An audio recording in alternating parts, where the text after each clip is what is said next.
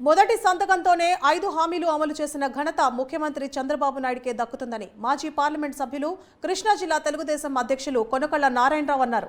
Machilipatnam parliament TDP కార్యాలయంలో ఆయన మీడియాతో మాట్లాడుతూ 4వ ముఖ్యమంత్రిగా ప్రమాణ స్వీకారం చేసిన చంద్రబాబు ఉప ముఖ్యమంత్రి పవన్ కళ్యాణ్ నూతన మంత్రివర్గానికి ఆయన శుభాకాంక్షలు తెలిపారు.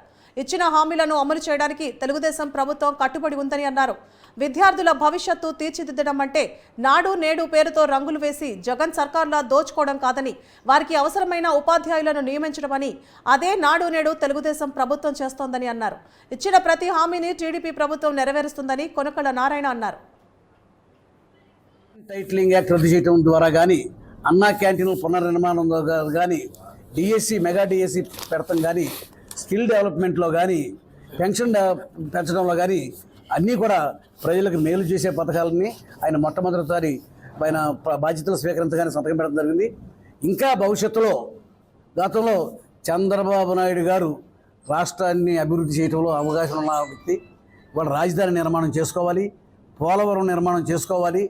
ఇవాళ రాజధాని లేని రాష్ట్రం మన రాష్ట్రం ఒకటే ఈ భారతదేశంలో. ఇవాళ మనకు రాజధాని నిర్మాణం కావాలి. రాజధాని నిర్మాణం చేసే సత్తా సమర్థత చంద్రబాబు నాయుడు గారి దగ్గర ఉంది. ఆయన దీనికి ప్రజలు కూడా కలిసి వచ్చి 33,000 ఎకరాల భూమిని రాజధాని నిర్మాణం కోసం ఇవ్వడం జరిగింది. దాన్ని నిర్మాణం చేతగాని అసమర్థుడు జగన్మోహన్ రెడ్డి 3 రాజధాని పేరుతో కాలయాపన చేశాడు తప్ప ఏ ఒక్క రాజధాని కూడా నిర్మించలేకపోయాడు. చంద్రబాబు నాయుడు గారు రాజధాని నిర్మాణం చేస్తారు. పోలవరం అనేది మన రాష్ట్రానికి ఒక జీవనాడి. పోలవరం ద్వారానే రైతాంగ సమస్యలని కూడా పూర్తిగా పరిష్కరించగలుగుతాం. హిట్కో ఇళ్ళు ఇవాటికి కూడా ఇన్ని సంవత్సరాలు కూడా చేయకుండా వాటికి కూడా మర్రి చెట్లు, రావి చెట్లు మర్చిపోయిస్తాం. ఇవాళ చంద్రబాబు నాయుడు గారు విజనున్న నాయకుడు.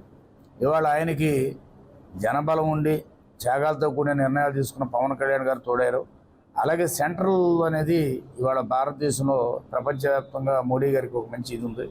ఇవాళ ఆయన యొక్క సహకారంతో ఆంధ్రప్రదేశ్ని ఆర్థికంగా ముందుకు తీసుకెళ్ళటం కానీ, అలాగే నిరుద్యోగ సమస్య నిజంగానే రోజు పిల్లలు చదువుకున్న తర్వాత, ఇంజనీర్లు అయిపోయిన తర్వాత, అన్నీ అయిన తర్వాత ఎక్కడికో దూర ప్రాంతాలకు పోతే అక్కడున్న కాంపిటీషన్లో రాని పరిస్థితుల్లో ఇవాళ ప్రజలందరూ ఉండగా, ఇవాళ చంద్రబాబు నాయుడు గారి నాయకత్వంలో ఏర్పడిన ప్రభుత్వం ఖచ్చితంగా కోరికలనే తీరుస్తుంది.